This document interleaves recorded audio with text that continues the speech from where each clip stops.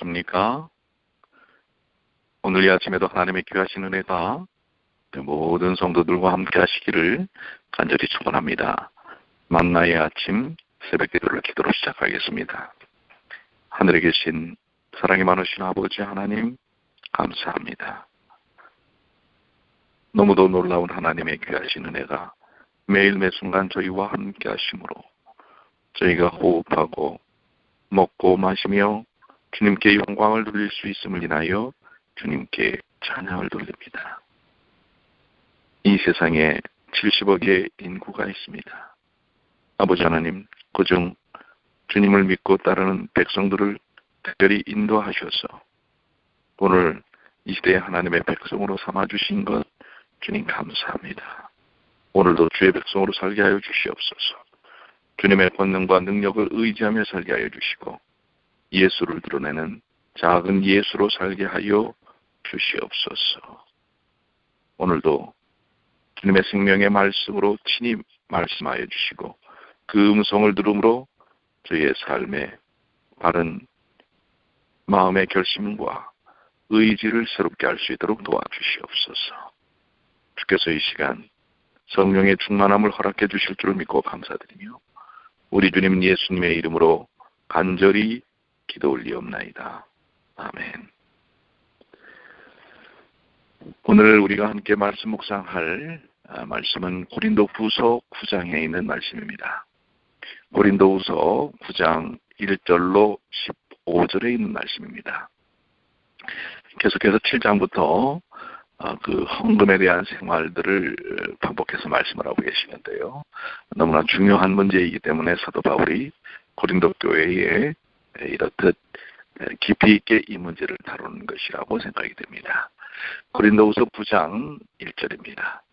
성도를 섬기는 일에 대하여 내가 너희에게 쓸 필요가 없나니 이는 내가 너희의 원함을 알미라. 내가 너희를 위하여 마게도냐인들에게 아가야에서는 1년 전부터 예비하였다 자랑하였는데 과연 너희 열심히 퍽 많은 사람들을 격동시켰느니라. 그런데 이 형제들을 보낸 것은 이 일에 너희를 위한 우리의 자랑이 헛되지 않고 내 말한 것이 준비하게 하려 함이라. 혹 마게도냐인들이 나와 함께 가서 너희의 준비치 아니하는 것을 보면 너희는 고사하고 우리가 이 믿던 것에 부끄러움을 당할까 두려워하노라. 이러므로 내가 이 형제들로 먼저 너희에게 가서 너희의 전한 약속한 연보를 미리 준비케 하도록 권면하는 것이 필요한 줄 생각하였노니 이렇게 준비하여야 참 연보답고 억지가 아니니라. 이것이 곧 적게 심는 자는 적게 거두고 많이 심는 자는 많이 거둔다 하는 말이로라. 각각 그 마음에 정한 대로 할 것이요 인색함으로나 억지로 하지 말지니 하나님은 즐겨내는 자를 사랑하시느니라. 하나님이 능히 모든 은혜를 너희에게 넘치게 하시나니 이는 너희로 모든 일에 항상 모든 것이 넉넉하여 모든 착한 일을 넘치게 하게 하려 하십니다. 기록한 바 저가 흩어 가난한 자들에게 주었으니 그의 의가 영원토록 있느니라 함과 같으니라. 심는 자에게 씨와 먹을 양식을 주시는 이가 너희 심을 것을 주사 풍성하게 하시고 너희 의의 열매를 더하게 하시리니 너희가 모든 일에 부요하여 너그럽게 연보를 하면 우리로 말미암아 하나님께 감사하게 하는 것이라. 이 봉사의 직무가 성도들의 부족한 것만 보충할 뿐 아니라 사람들의 하나님께 드리는 많은 감사를 인하여 넘쳤느니라.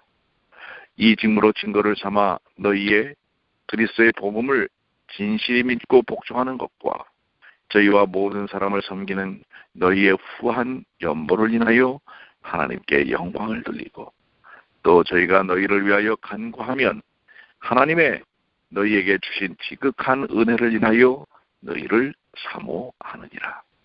말할 수 없는 그의 은사를 인하여 하나님께 감사하노라.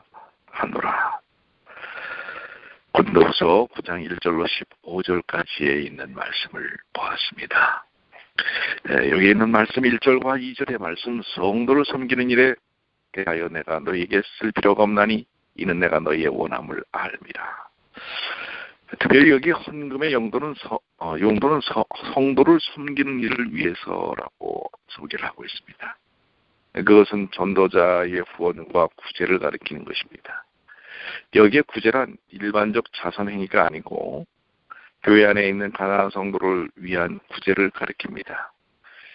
아가야 지방에 있는 고린도 교회가 1년 전부터 구제 헌금을 준비하였다는 바울의 자랑이 마게도니아 교인들 가운데 많은 사람들을 감동시켰습니다. 선한 열심은 다른 이들에게 좋은 영향을 줍니다. 물론 감동치 않는 자들도 있었을 것입니다. 그러나 많은 사람들은 감동을 받아 선한 결심을 하게 되었습니다. 우리는 다른 이들의 선한 행위를 본받는 줄 아는 자가 되어야 합니다. 다른 사람들의 선한 행위에 대하여 본받고 그 감동을 함께 나누는 일들이 필요하다고 하는 것이죠. 3절로 5절에 있는 말씀입니다. 그런데 이 형제들을 보낸 것은 이 일에 너희를 위한 우리의 자랑이 헛되지 않고 내 말한 것이 준비하게 하려 함이라. 바울이 디도와 다른 두 형제를 고린도에 먼저 보내는 것은 그들이 1년 전에 작정한 헌금을 준비하게 하기 위함이었습니다. 만일 그들이 그것을 준비하지 않았다면 바울이 마게도니아인들과 함께 고린도에 갈 때 부끄러움을 당하게 될 것이었습니다. 여기에 헌금의 한 원리가 나타나는데요. 그것은 헌금은 미리 준비해야 된다는 것입니다. 억지라는 원어 플레오넥시아라는 말은 탐심이라는 뜻입니다. 탐심을 가지고 헌금을 준비해서는 안 된다는 것이죠. 억지로 한다는 것은 탐심을 배경으로 한다고 하는 것이죠. 사람이 헌금할 때 탐심의 영향을 받으면 아까운 마음이 들고 억지로 하는 헌금이 된다는 뜻입니다. 헌금은 미리 준비해야 하고 억지로 해서는 안 된다고 하는 것입니다. 그렇습니다. 헌금은 축복의 하나의 원칙입니다. 그것을 억지로 마지못해 해서는 축복의 경험을 경험하기 어렵다는 이야기죠. 6절로 7절에 이것이 곧 적게 심는 자는 적게 거두고 많이 심는 자는 많이 거둔다는 말이로다.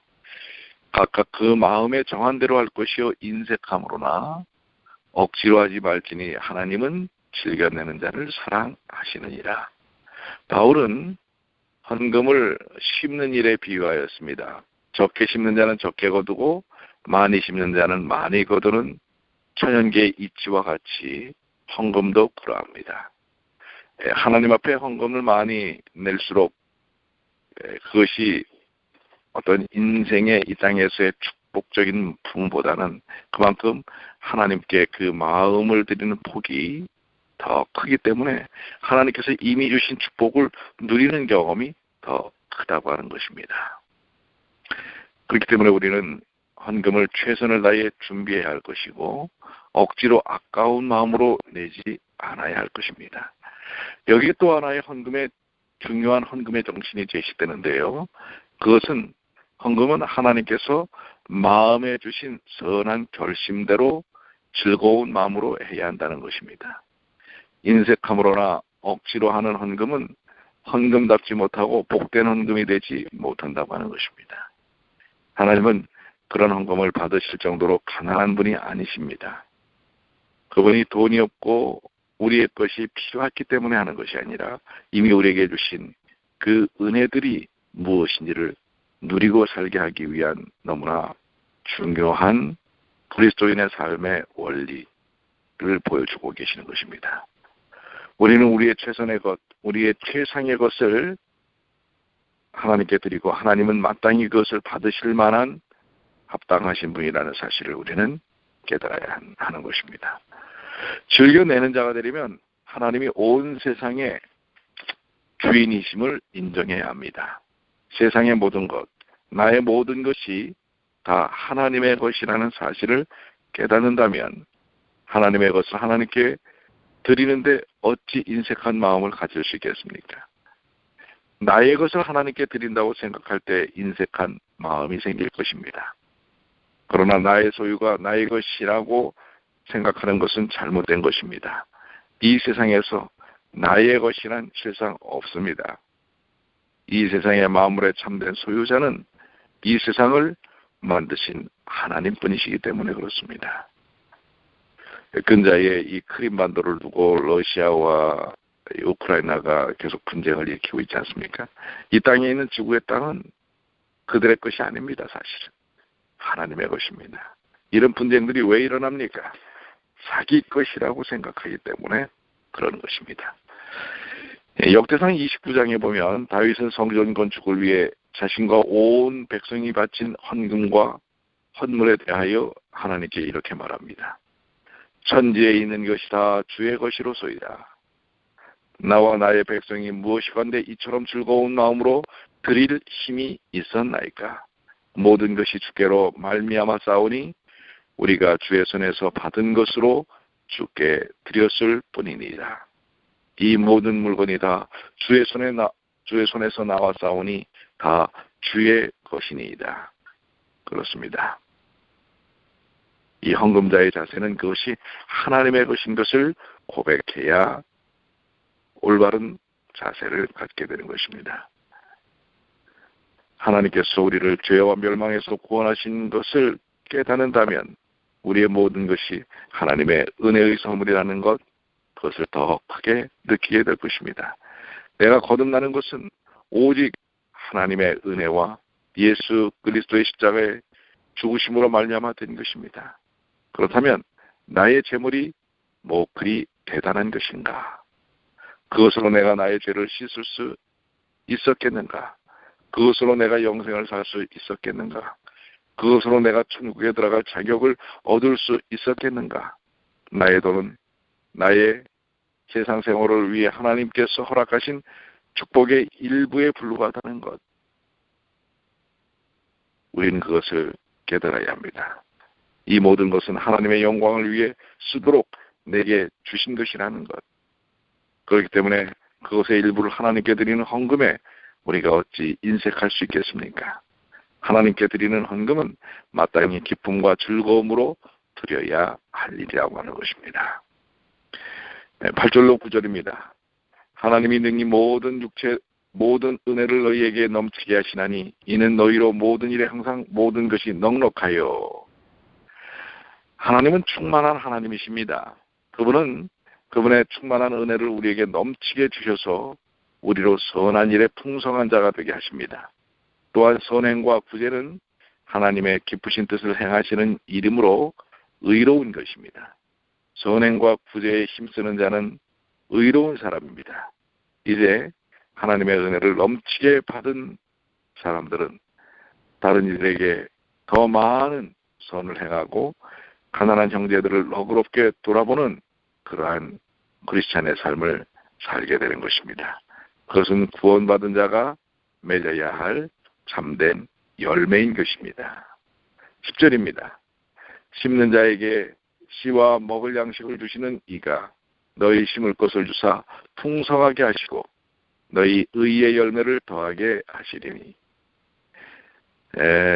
옛 영어 성경에는 심는 자에게 씨를 주시는 이가 먹을 양식을 주실 뿐 아니라 너희 심을 것을 풍성하게 하시고 너희 의의 열매를 더하게 하시리니라고 번역했습니다.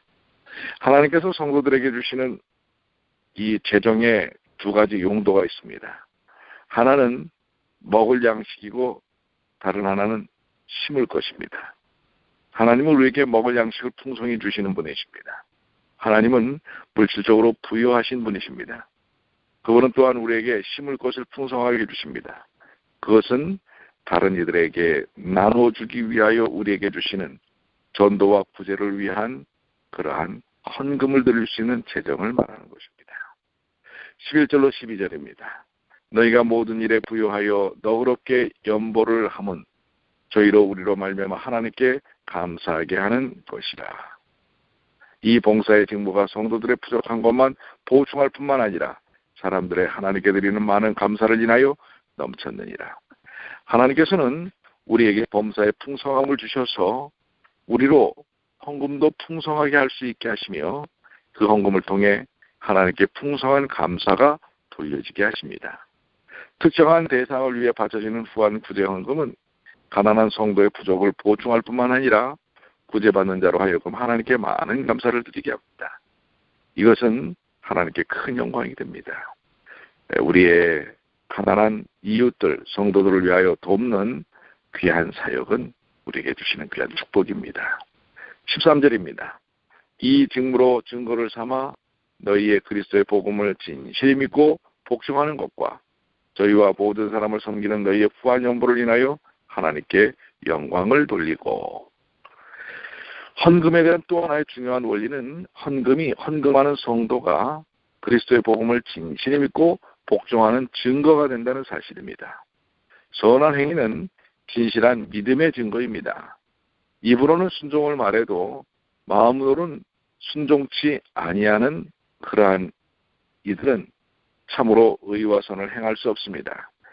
이 세상이 장차 하나님의 심판을 받을 것을 알고 소망을 온전히 하늘에 두는 자가 아니고서는 물질 사랑과 탐심을 참으로 버릴 수 없는 것입니다. 세상과 돈과 재물을 정말 버린 자만이 전도와 구제를 위해 후한 헌금을 즐거이 드릴 수 있을 것입니다. 즐거이 드리는 후한 연보는 참된 믿음의 표인 것입니다. 그것은 바로 우리에게 주신 구원의 역사를 믿는 믿음 때문에 그렇게 될 수 있는 것입니다. 14절로 15절입니다. 또 저희가 너희를 위하여 간구하며 하나님의 너희에게 주신 지극한 은혜를 인하여 너희를 사모하느니라. 말할 수 없는 그의 은사를 인하여 하나님께 감사하노라. 헌금은 하나님의 은혜의 열매이며 증거입니다. 우리는 헌금을 통해 헌금한 자들에게 주신 하나님의 은혜를 보게 됩니다. 즐거이 드리는 후한 헌금은 그것을 보느니 그 일을 듣는 이로 하여금 오 주여 나에게도 그런 은혜, 그런 믿음, 그런 사랑을 주소서라는 사모하는 마음을 일으킵니다. 실로 하나님의 은혜는 말로 다 표현할 수 없고 측량할 수 없습니다. 하나님의 그 놀라운 은혜가 땅의 곳곳에서 나타났고 역사 속에서 나타났고 그리고 지금도 나타나고 있는 것입니다. 오늘 그 그리스도인의 믿음의 삶을 위해 우리에게 다시 한번 이런 축복의 원리들을 주신 것에 대하여 하나님께 감사를 드립니다. 이 8장처럼 9장도 헌금에 대해 교훈을 하고 있죠. 이것을 다시 한번 정리를 한다면 첫째로 헌금은 미리 준비해야 헌금다운 그런 사역이 이루어진다는 것이고요. 둘째는 헌금은 인색함으로나 억지로 내지 말고 즐거운 마음으로 내야 한다고 하는 것입니다. 셋째로 헌금은 우리에게 의가 된다는 것이고요. 넷째로 하나님의 주신 재물은 두 가지 용도를 위한 것인데 하나는 먹을 양식이며 다른 하나는 심을 시인 것입니다. 우리에게 주신 공급이고 또 다른 이들을 위한 하나의 그루터기 씨앗이 된다고 하는 것입니다. 궁핍하다고 심을 씨를 먹지 않듯이 심을 씨는 먹지 말고 심어야 합니다. 우리가 먹는 것이 아니라 더 많은 재생산을 위하여 심고 나누는 일이 필요하다는 것이지요. 다섯째로 헌금은 헌금자의 진실한 믿음과 순종의 증거라고 하는 것입니다. 여섯째로 헌금은 하나님의 은혜의 증거라는 사실을 이야기하고 있습니다. 사랑하는 성도 여러분, 우리 고린도 교회를 향한 사도 바울이 왜 이 문제를 이렇게 자주 언급을 했는지 우리가 묵상해 볼 필요가 있고요. 여러분들 생각 가운데 축복의 은혜들을 누리시는 하나님의 귀한 자녀들이 되시기를 간절히 축원합니다. 주신 말씀들을 생각하면서 하나님의 역사하심을 경험하는 하나님의 귀한 자녀들이 되시기를 간절히 축원합니다. 기도하시겠습니다. 아버지 하나님, 오늘 저희에게 주신 하나님의 말씀 그리고 그 뜻들이 무엇인지 깨닫게 하여 주시옵소서. 때로는 그 말씀들이 우리가 살아가는 삶의 방식과 조금은 다를 수 있습니다. 그러나 말씀이기에 그 말씀이 저희에게 주시고자 하시는 깊은 영적 뜻이 있기에 그 말씀들을 깊이 묵상함으로 저희의 삶이 다시 한번 조율되고 조정되고 새로운 결심 속에서 하나님의 역사하심을 체험케 하여 주시옵소서. 오늘 이 하루도 주님께 맡깁니다. 저에게 공급하신 그 모든 것에 감사와 찬양을 드리는 하루가 되게 하여 주시고 저희에게 삶을 위해 공급하신 것과 또 다른 이들에게 나누기 위하여 힘을 실어주신 것들을 저희들이 적절히 주님의 은혜 가운데서 사용하는 주님의 귀한 자녀들이 되게 하여 주시옵소서. 오늘도 베푸신 은혜들을 감사하며